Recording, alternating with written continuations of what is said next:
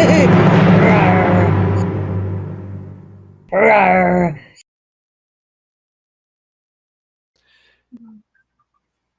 evening. Welcome to another session with the Schmucker Security Podcast. Tonight's guests are the Almas, the front woman and lead guitarist, Crystal and Frank. Guys, thank you for being on the show tonight. Yeah, thank you for having us, man. It's been a while, but I remember helping you guys load in for a show that I was working with Redburn in Ohio. Yeah. Yep. We got to know each other. That was just a little over a year ago. Was it already? Yep. Wow. Yeah, been a year. Oh, holy cow. Yeah, it's been a while, and we've kept in touch and been watching you guys grow, and I see you guys are getting like bigger spots and bigger outtakes on your gigs that you're getting booked. Yeah. Well, we're working hard. Trying to. Mm-hmm. You guys are doing. I mean, I seen you got didn't you have a ship or a cruise or something that you were getting booked on? Yeah, that is happening this September. We're heading out. It leaves out in Miami. I want to say it's the 9th through the 13th of September. Mm-hmm. I remember I'd reached out to see if you needed help, and he was like, "Yeah, not on this thing. They ain't letting that. They wouldn't even let your crew come on that, would they?" Nope. Nope. It's just the band. Even our guitarist Josh, his wife has to come on in a different capacity. So yeah, and she's our main photographer. So even they're not having anybody. No. That's good though. That makes it less. The restriction of that keeps it less stressful and things, keeping track of everybody. Yeah, for sure. Have you been on one of those before? Not a rock cruise. I've been on cruises before, but this is going to be Frank's first time on board. Yeah, I've never been on a cruise before, and sometimes I get motion sick when someone else drives, so we're going to see how this goes. Right on. So, are you guys excited to be able to perform on this? It's going to be a fun time. Yeah. No, I'm looking forward to the vacation. Yeah, honestly. Yeah, no, the performing is obviously great, but, there's a whole bunch of bands, and we only have to play one set. Then after that, we get to just have a nice, relaxing vacation. So how many days is it? 5 days, 4 nights. Yes. Oh, see, I guess that is a vacation. That is, man. It's gonna be great. So, for those of my followers and listeners that don't know who you are, tell us a little bit about who you are, what you guys do, and how long you've been in the industry. Whew. Well, as you introduced, I'm the lead guitarist of the Almas, and the band has been around since 2016, heavily touring since 2019. But I've been playing guitar since I was 13, and it's almost 20 years now. But I've been doing the band thing for quite a long time. Yeah, I'm Crystal, the lead vocalist. Only vocalist, I guess. Yeah. But so I've been only in music since 2017. Actually, Really? May of 2017 was my first show I ever played with my former band that I was in. And then later on that year is actually when Frank asked me to try out for the Almas. So that's how I ended up here. Wow, I've been listening to music forever, but I never really got into dived into music until 5-6 years ago, maybe. Sure. And the music I listened to then was everybody knew who they were. And just the last few years, I started listening to more local bands, more indie bands that are openers for headline acts, because headliners have a gig and a tour and everything they need. They keep flowing. They don't have to struggle to find their spots. Yeah. And the openers, now being security and doing a lot of different things with the different artists and celebrities too, is sometimes you guys have to pay to get on a stage. Sometimes you don't get paid to be on stage, and other times you may make a good check that night.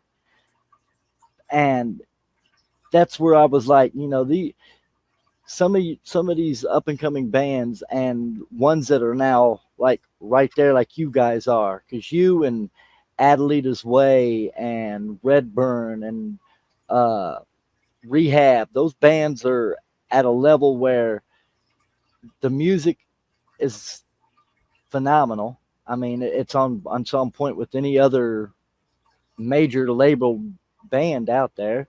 Thank you. Thank you. I mean, I had listened to your songs online and on YouTube right before I went to work with Redburn, and I had already knew Chris and the rest of the band from working with them here in town, and I was like, who's the openers, who's the headliners, and I'm like, okay, Scotty Austin and the Almas. I'm like, all right, let me go check these guys out.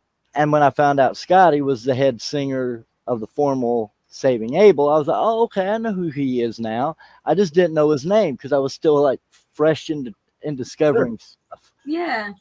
And so, and he's going to be on our podcast here in a few weeks. Awesome. Well, tell him we say hi. Yep. I definitely will. And so, as I started to discover more and more bands like yours, I was like, oh, I'm getting ready to go to the show, and your songs, especially the one that you've allowed me to use in my movie, Ignite, if I'm not mistaken. Was it Ignite? No, I tried to get a song to be used by you, but I had to go through your record label. Yeah. Mm-hmm. And we still haven't came up. She hasn't got back in touch with me. Okay, interesting. I'm still working on trying to, because you got 2 songs that I wanted to use one in my film. Mm-hmm. And because I got one of Redburn's, and Scotty's working on one with me too. So Very cool.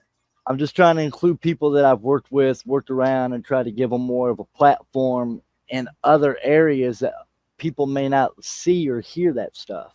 Yeah, of course. Awesome. And being able to hear you guys for the first time, and then being able to help load in your gear and sit and talk with you guys was like, while I'm a fanboy with everybody I meet for the first time, I also, as I did with you guys, kept it as professional as I possibly could. And, there's times when you meet people and they're like, they just can't stop being a fanboy. And I know as an artist and talent and celebrity status, when you go to meet and greets and you get bombarded at a table or outside, that you want to be treated just like I am. Mm. And you want your privacy, and you want your time alone when you want to go out back and make a phone call and check in at home or something. Yeah. And you got fans that are out there and they just bombard you to, hey, can I get a picture? Can I get while you guys enjoy that, there's also a time and place for it. And, as like with my shows, Security, I try to keep it, a level where we're all on the same level. So you can feel relaxed like you are right now at home, chilling, and people want to come in and try to be real indifferent toward you guys.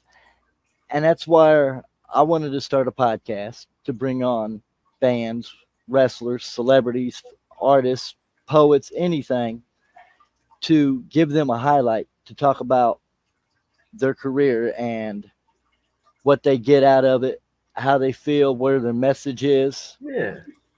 So with that being said, where do you get your inspiration for your music? And do you just have does it come in a dream? Do you just have a vision from something in life that happens to you, or is it just a spur of the moment type thing? It's usually when I'm sitting on the porcelain throne, taking my No, I'm just joking. Just shower thoughts, bathroom thoughts. No, I didn't mean to cut you off. What were you gonna say? On a serious note, I think at least like with our current EP and like our newer sound, it's very in the moment. Like we had two weeks in the studio to write this album, and granted, we came in with 5 songs.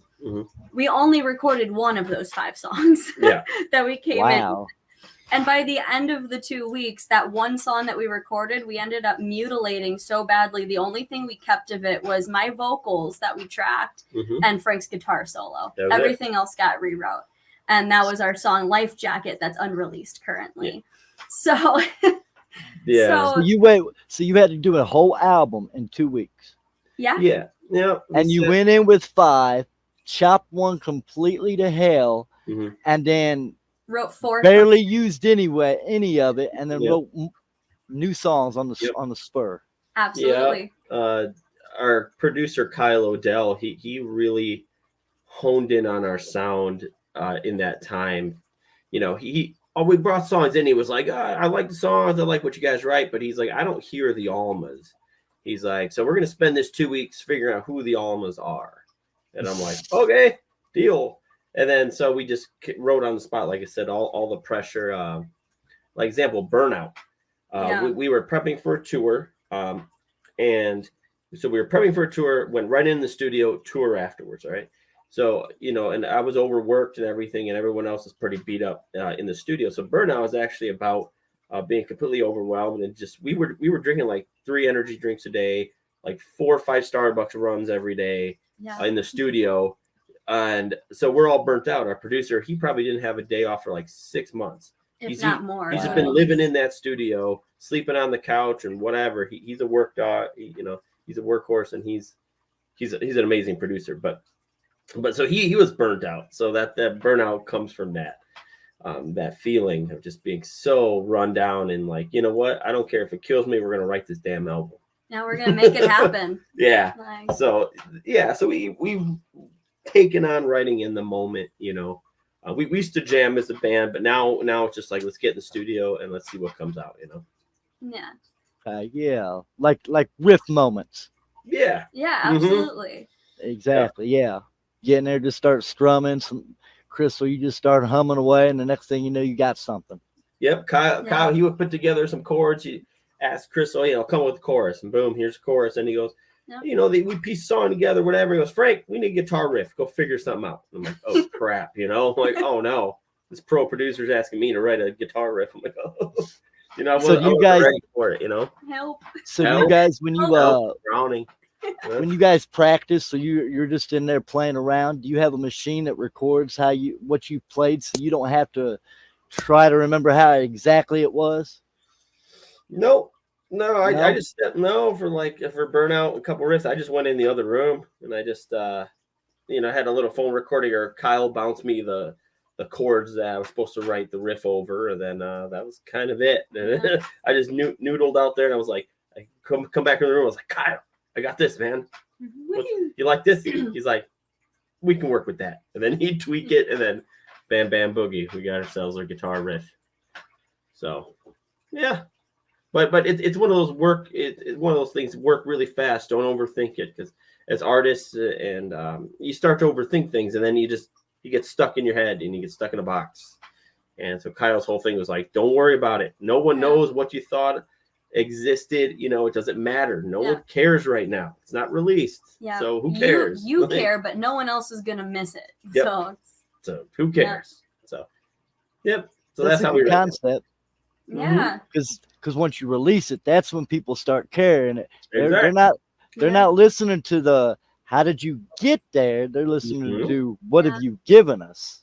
Exactly. So, but as artists, you want to be perfectionists. I mean, everybody. I mean, I draw, I tattoo. I'm doing multitude of different things right now, and every little bit of it, you want to try to say, "Oh, this has to be perfect," or you see it, or you hear it, and you're like, "Oh, I should have did better with next time. I'm going to do this." Sure. Yeah.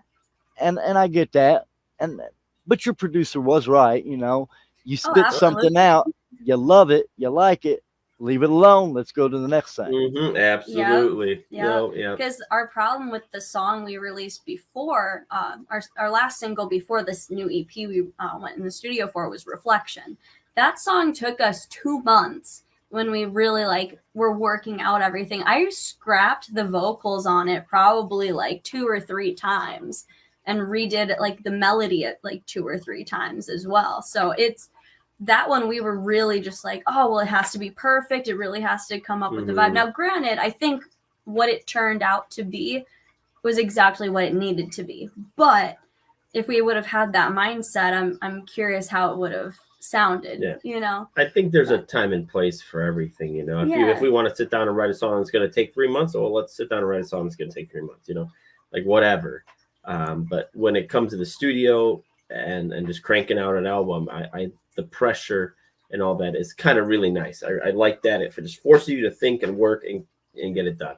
And I tend to work better under pressure, so that works great for me. A challenge with a deadline can always most times if you're good at what you're doing, that deadline and pressure makes you do it even better. Absolutely. So let me ask this question, and since we were hitting on how you got to your songs, when you get your song and you've got it studio ready and it's ready to do whatever you need to do with it, when you get ready to go on tour, from the point of you releasing that song out for everybody to hear and start to love to the time you go on tour with that song, how long do you got? What's the lead up to going on tour with that song? So we've actually been playing this whole EP. I'd say January 2023, we actually came out with all of them, I believe. The beginning. Yes. Or no. Yeah, it was 23. We had them all done. I mean, it was all done by. Yeah, everything was ready to go, but our performance of it, because October we were already playing, I'd say half the EP, and October of 22, the year that we recorded it, we were already playing out half of it. Then come January 2023, we were playing the full EP live, unreleased. So we've been playing it, getting everybody excited for it before releasing the songs. Yeah, one of the key for us, once the song's recorded, I want to play it out right away, because the truth is we need to road test it. I test it with the people. I know what song I like, okay? I personally like, but I don't know what a majority of people are going to like. So if you start playing the songs out and they go, man, they really like that song Lifeline. Okay, well, maybe with our new sound of the whole EP, maybe that shouldn't be the lead song. Let's put another song out and try and see how people receive the new sound, and then kind of hold back. And that's kind of what we did. Lifeline is, I think the band agrees that Lifeline is kind of our bread and butter. That's the first song that we wrote in the studio, and it's got a lot of meaning to it. It's banging. It's got riffs. So it's just we road test the songs, kind of thing. So we, like Chris said, we've been playing them for over a year now. Over a year now we've been playing them out. But we play only a handful of people a night, so they hear the songs and what have you. But now you're going to release it to the world with the internet, and so now the rest of it, now people can check out the band online and go, okay, I do like that song, let me go see them. So we treat our fans who do come out to the new music early, they deserve that. Yeah. So. As a fan too, when I gotten to hear you the first time live, and then just watching you guys grow and hearing the new stuff you've been putting out since I got to be there the first time, I was excited. I wanted to get through my podcast that night so bad. I really wanted to push it off, but everybody was already ready, and I was like, I can't push it off because I wanted to come out, because with anybody else that I've worked with, if there's an event that I can either work, help them out, or can afford to go into, and then once I'm in, I'm in, because now you guys will know me, other people will know me, and know that I'm not a normal fan off to the side trying to get their way in for whatever reason. Sure. I'm there for other reasons, and mine are more professional and respectable than being a normal fan. Sure. And having the opportunity to work with you and work with everybody else that I have is an honor, because you guys, like you just said, you spent 2 weeks to crash a whole new album in a short amount of time, and it was all from scratch. And that's the thing I'm talking about with creative artists and the talent that everybody doesn't take into account. What it takes to hear that song on YouTube or to hear the song on Spotify or anywhere else, you know, they hear a 3 to 4 minute song, they fall in love with it, but they don't take into account that 4 minutes is months, weeks, hours, sleepless nights to get that 4 minutes. Mm-hmm. Absolutely. Oh. You know, and so as a fan, I want to say thank you for, you know, putting all the hard work you do for a 3 to 4 minute song that has meaning to somebody in the world, and they relate to it, and they can feel it and understand it. And like the 2 songs I'm trying to get used are relative to what I'm telling in the story. And that's just something that I said, everything has a relation to something, and it just, you got to give every little bit of music a chance, because you never know what you're going to like. Yeah, absolutely. And speaking of that, when I put this out, is it okay to use one of your songs for the intro to your podcast and outro? Yep. For the podcast, absolutely. Yep. No problem. That way it's an introduction for your music that they get to hear as they get to come into the interview. Sure, absolutely. No problem. So tell me about the upcoming tour that you guys got coming. Well, this tour is more, I guess we'll call it the U.S. tour. We're going, where are we going? So it's kind of Midwest based, more so. We're hitting a lot of like Illinois, Wisconsin, Nebraska, Oklahoma, Arkansas, Mississippi, Ohio. Hopefully Kentucky. Yeah, potentially Kentucky, Pennsylvania. And then that's basically that tour. So that's going to be, I think, 3 or 4 weeks of itself. Yep. And then we drive from Pennsylvania at the Gettysburg Bike Week, right? Yep, Bike Week. Drive home to hop on a plane to fly over to the UK. Oh, you're going to the UK. Yeah, we got our very first overseas tour that we've ever done. So we're going to be announcing the official dates hopefully very soon. Very nice. Yeah, so. But the U.S. dates will be announced actually even sooner. Yeah. So. And then right after that, you know, remember I was telling you how like we were burned out and all this crap? Well, I never learned, the band never learned from our past experience. So right after the UK, like 2 to 3 days later, we're right in the studio. We fly back and right into the studio. Now we're going to write a new album. Yeah, we'll have like maybe 2 days at home. Yeah, maybe 2 days. Yep. Yeah. So and then right after the studio, we have 1 day to get home and play Rock to Stop 22, which is one of the biggest events that we support. The veteran, for veterans, suicide awareness. Yeah. Mm-hmm. Right on. So that's going to be a fun drive. Yeah. Then after that, what do we got? Like the following week, we've got a festival, Havoc Fest in Jackson, Michigan. Yeah. More or less, we have like 3 weeks, maybe like 2.5 weeks. We have a couple weekenders, but then we head out on another tour that takes us to the cruise, and then that tour will more than likely take us to the end of October, and so I think Burnout Part 2 is going to come at the end of the year, isn't it? I think so. It's only rock and roll, man. It's lifestyle. Mm-hmm. you touched on something that you guys sponsor, which is on your shirt. At the end of your at the end when we're done talking, I would like for you to send me a link for that I can include at the end of our podcast when I release it, so others can come and help support and follow it as well. Absolutely. And aren't you guys right next door to me in Illinois? We're in Wisconsin. Wisconsin. Okay. Close enough. I knew you were close. I just didn't know how close. It's right on the border of Illinois and Wisconsin, so it's basically Illinois. Yeah.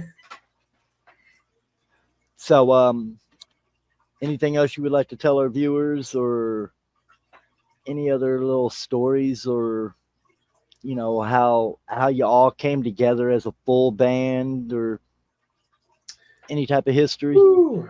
Well, fun fact: Crystal is not the original singer of the Almas. There used to be another female lead, only for like a year though. Yeah, we almost disregard that. Yeah, that startup year. But no, that's a fun fact.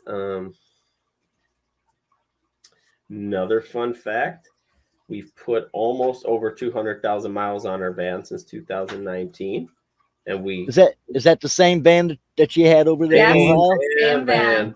So 200,000 miles basically we put on between now and 2019, and we can just disregard all of 2020 because no one did crap.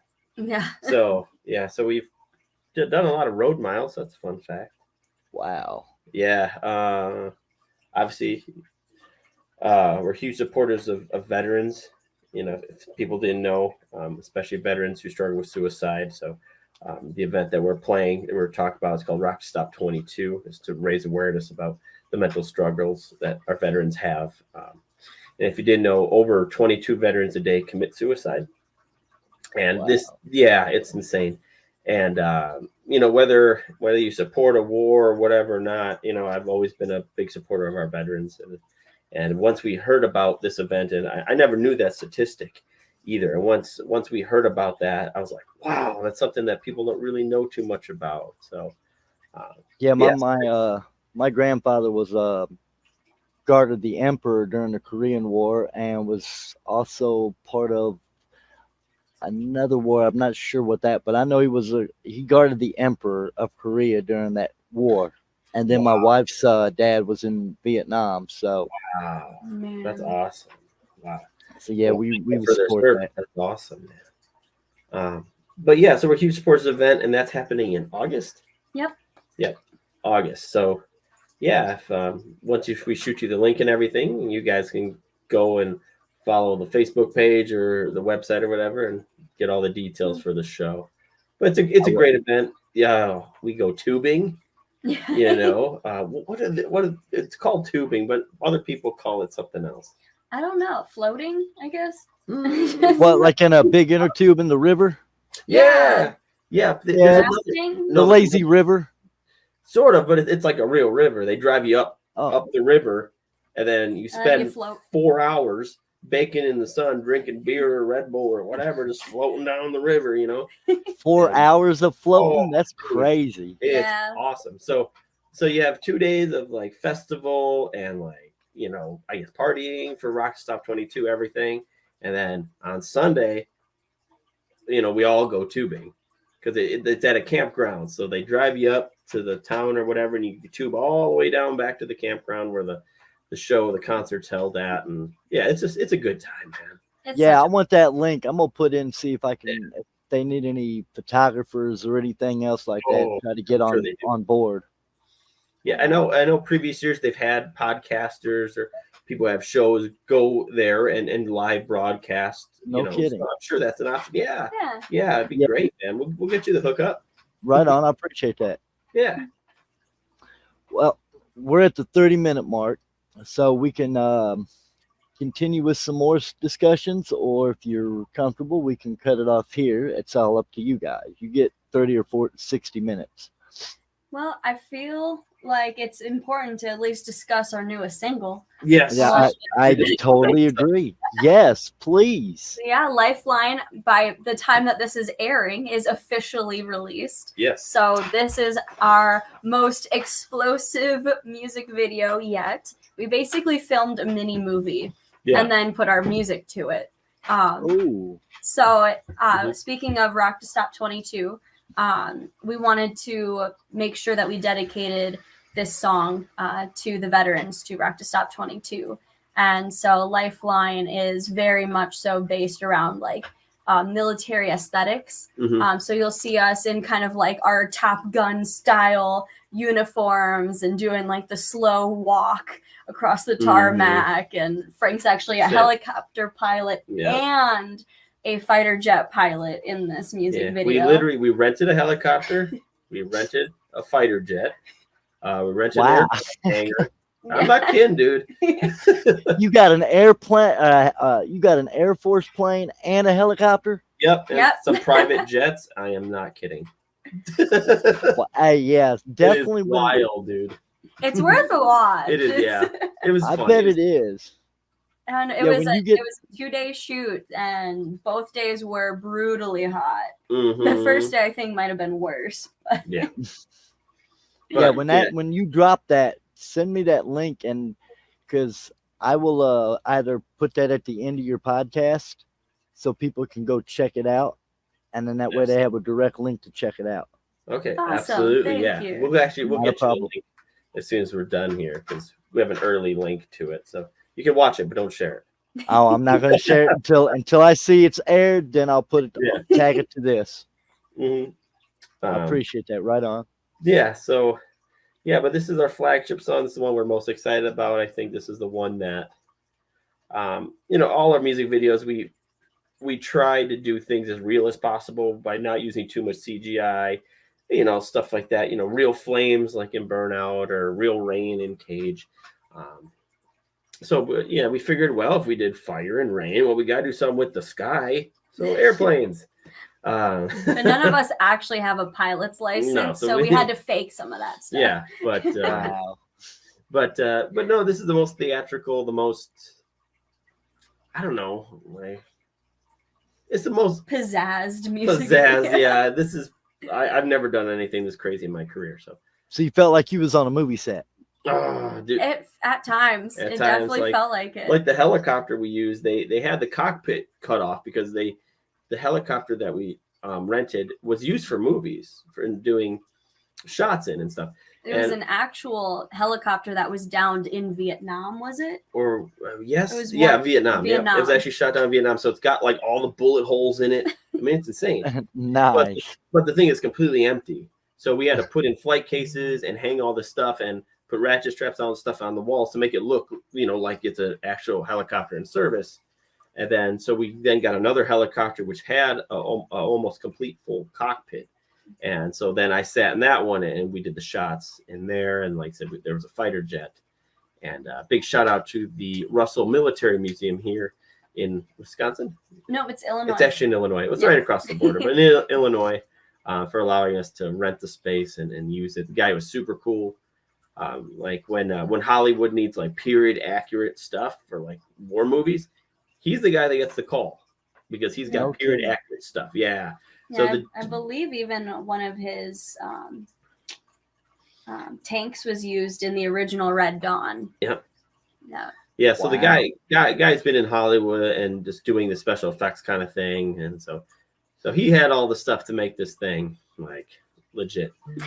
So it was really cool. It was just a neat experience, and to have it be like all local places, like the airplane hangar that we used was a hangar right like 15 minutes down the road that was allowed us to use their from Burlington, Wisconsin. Use their airplane hangar and the tarmac, and so it's cool that a lot of local people helped out the band in doing this, and it's really cool. It's just really neat, and then we went to it was a military surplus store in town. Yeah, in Kenosha or Racine. Yeah, in Kenosha, yeah. Right near us too. So we got a lot of our military stuff there. We purchased a lot of stuff, and all of the patches, the pins, the flight suit, and just a bunch of stuff, harnesses, helicopter harnesses, and just really neat things that we were able to purchase from there. So yeah, it was like community thing. Let's call it that. It was just overall, it was a real good experience, and I'm hope that good experience for us translates to the audience and the fans too, in watching the video.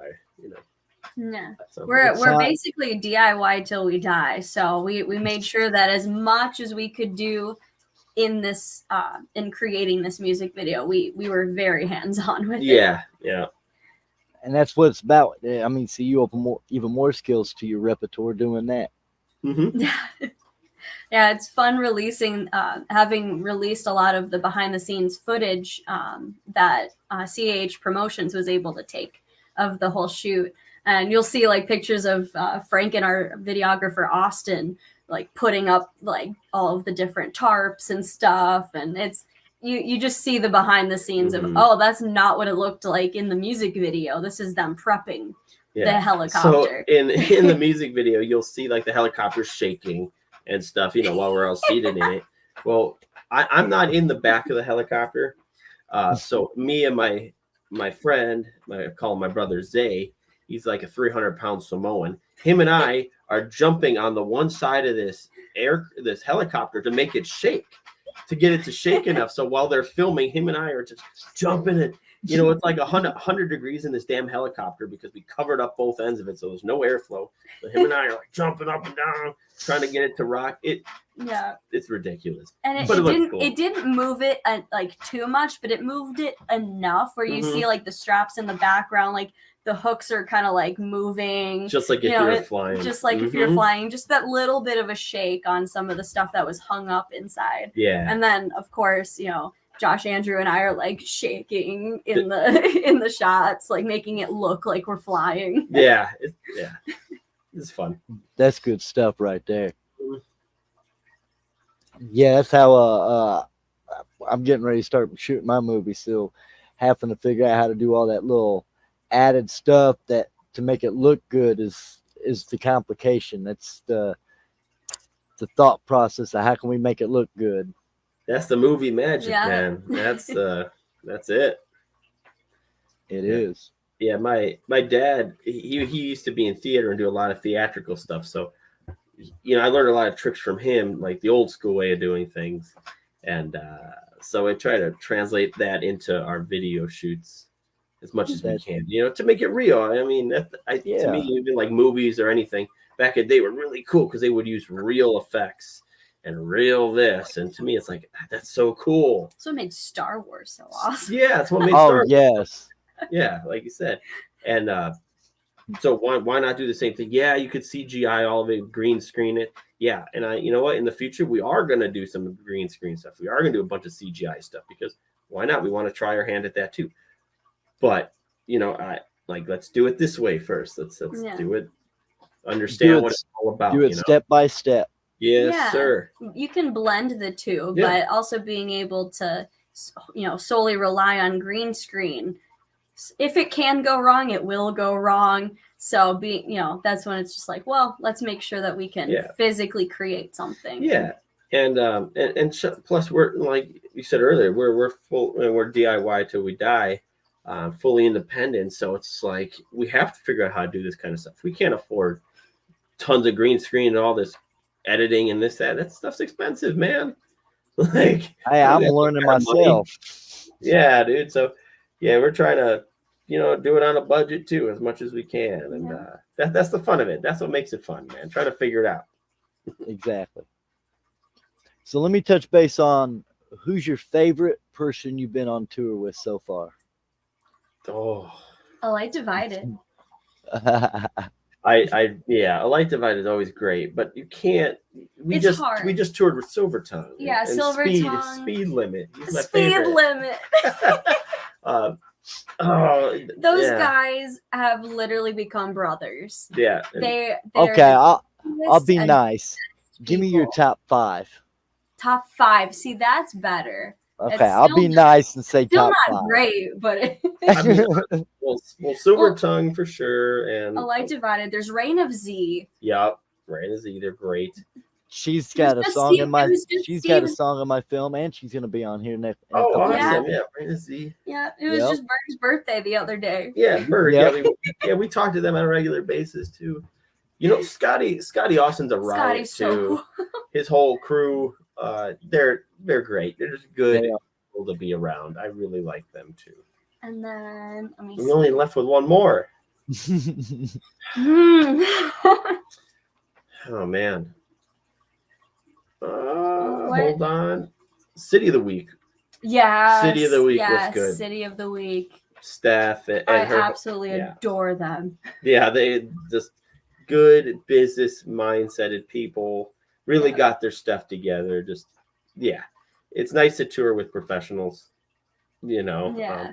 And that's not to discredit other people we've toured with. Like, Yeah. don't get me wrong, you put us on the spot. We We're trying to don't have think. favorites. We've done for a so reason. many tours, so we have to Yeah. literally like go back in the Rolodex in our head and just. I know, because I was looking through some of your past flyers that you've listed of who you've toured with, and I was like, I don't want to touch on one. I don't want to touch on this one. I want to touch on 5 or 6, but I wanted to leave it up to you guys to highlight what your favorite parts of those tours were. Yeah. Yeah, no, we love, especially like when we get to play shows with locals in the areas that we come around. Like that makes it even more fun as well. Mm-hmm. You know, there's like there's too many to name from even just this last major 2-month tour that we did. We met With Closure, who was the band? Transient? Yeah, Transient They was hopped on band. for a handful of dates, and they were fun. I guess they were local-ish to the area, and they were fun, real fun guys to tour with. Yeah, so we're in talks of doing a tour with Transient. We're looking at doing another tour with Closure. We're looking at doing there's a bunch. Yeah, we're there's trying to get just there's so many. Mm-hmm. Have you guys toured with Eva Under Fire? We've played No. a show with Eva Under Fire. We have not toured with them, but I'm not sure if they'd be open to do anything with like independent bands. Yeah. Because considering they're signed to a major label right now, so I'm not sure what their schedule, their openness to their schedule looks like. But And if they're able to do tours with independent artists, there's a lot of red tape. Yeah, I've realized that. Yeah, and so, but we would like to. I mean, you know, that's definitely one I think would be great. Yeah, I think it would be such a killer tour. Yeah, it would be so so good. cool. It's just a matter if we can pull it off and getting a hold of the right people to try to do it too. I mean, we could contact Dave ourselves, but you know, they got management and other people, but we'll figure it out. We'll make it happen. You know what? We will try for you. We'll hit them up. We'll put it in the universe. Yep, it's gonna happen now. We're gonna put it out there. You make it, and I'll be at as many shows that I can get to, because I love Eve Under Fire. They were one of the favorite people to be around. No, they're great. So talented. The other band I really wanted to get a tour with is Paralandra. Yes, I know who they. Yeah, Cassandra and I have been talking, trying to get something together, just trying to get our dates to line up. It's just they're so busy, we're busy, and it's like trying to even get like 5 days is all I want. I want like a good weekend, you know. So I'll put that in the universe too. Put it out there. That's gonna happen too. Matter of fact, I have to message her now that I think about it. Well, I appreciate you guys taking the time tonight and coming out and telling everybody a little bit more about you. Yeah. And I appreciate you doing it for me, because, you know, it means a lot being not only a fan, but being able to do something for others and being able to use my connections that I've made over the years to interview people and get their message and their word and what they do out to everybody. So it means a lot for you to come on, and hopefully after this burnout part 2 that you're all about to take, I'd like to come back again and see how all that went, if that's a possibility at the end of the year. Absolutely, brother. And thank you for creating a platform for us artists and everything. It helps so much. You know, we can only do so much. And it's the fact that fans believe in what we're doing, and we believe in our fans. So thank you. Thank you for that too, man. I appreciate that. Thank you. You guys have a good night. And I want to thank everybody for tuning in and checking us out. if you haven't already, there'll be links at the end of the podcast after the credits and everything for you to check out the Almas. You'll be able to find out more about their support, about what they do, what they follow. If you're a lover of music, go check them out. Help support, share it, like it, leave comments. If you got something to say to Crystal or Frank, just reach out to me and I'll make sure that I forward it over to them. I thank you guys and have a good night. Yeah, thank you, brother. Thank you.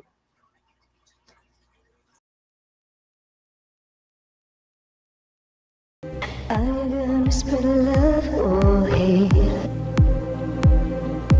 Are you gonna spread love or hate? Are you gonna spread love?